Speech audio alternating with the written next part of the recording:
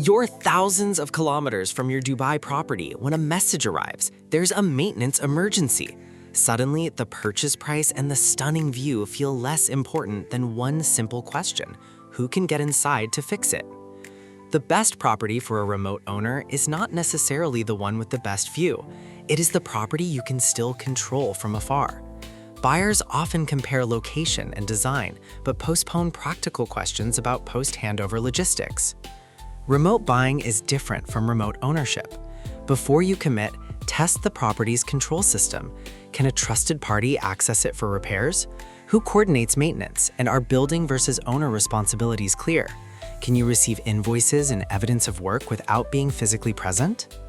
These operational details, including recurring service charges, vary between apartments, townhouses, and villas.